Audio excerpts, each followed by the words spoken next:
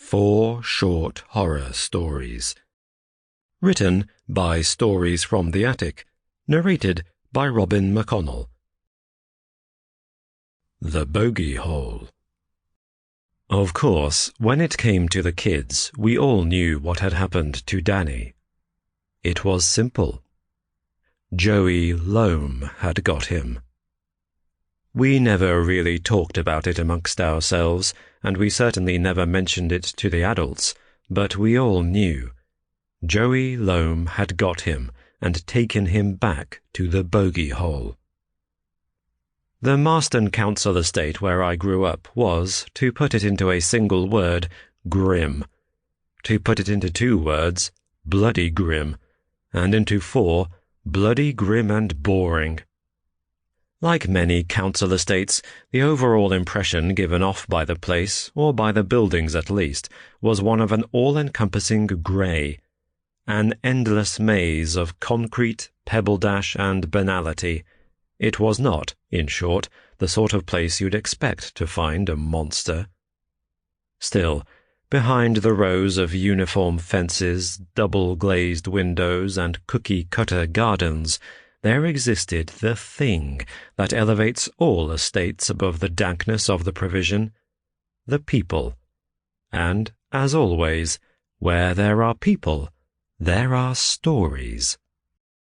One story, one we told ourselves often, was meant to make us feel better.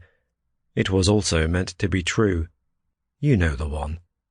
It's the one that says, the more urban we become, the less scared we need to be.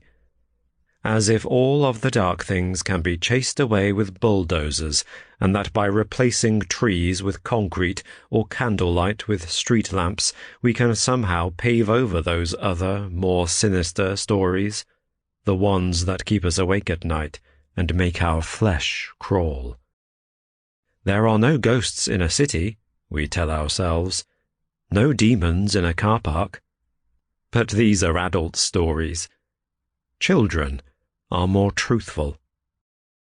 In every corner of every playground in these supposedly modern times, stories of the darker things still creep and slither up through the cracks in the paving like persistent weeds. The whispers and rumours of things that smile in the dark lurk and fester just as much as they ever did. Even council estates, it seems, have their monsters. The fable and folklore passed between kids is as raw and terrifying as it had ever been. For them, there doesn't need to be a gingerbread house or a creepy old wood. The setting doesn't matter. All they need is a story.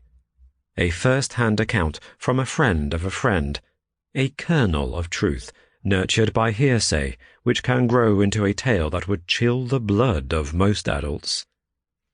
The Bogey Hole story chills me, but then of course it would, because I know that it's true. Apparently, or at least according to my parents, in the north of England where I was brought up, the phrase bogey hole was a fairly innocent term, and basically just another name for the coal hole or coal shed.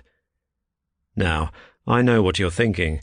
That's not a very helpful definition, particularly because most people nowadays don't have the first clue what a coal hole or coal shed is, and explaining one unknown thing by comparing it to another unknown thing is a bit stupid. Allow me to explain. Again, according to my folks, a coal hole, back in the days of yore when my parents were young and dinosaurs still roamed the earth, was basically a recess or a gap under the stairs, or in some cases a small cupboard by the front door, where the coal man, the man charged with delivering sacks of the black stuff necessary for keeping the fire lit, would dump your portion of coal when he delivered it to your door every few days. Think of it as somewhere Harry Potter might be forced to sleep, only instead of being occupied by an irritating prepubescent wizard, it was full of coal. Of course, having grown up in the noughties rather than in the greyish-brown Dickensian nightmare that seems to have been my parents' childhood, I, like most people hearing or reading this, was decades from a time when we needed coal to... Sample complete. Ready to continue?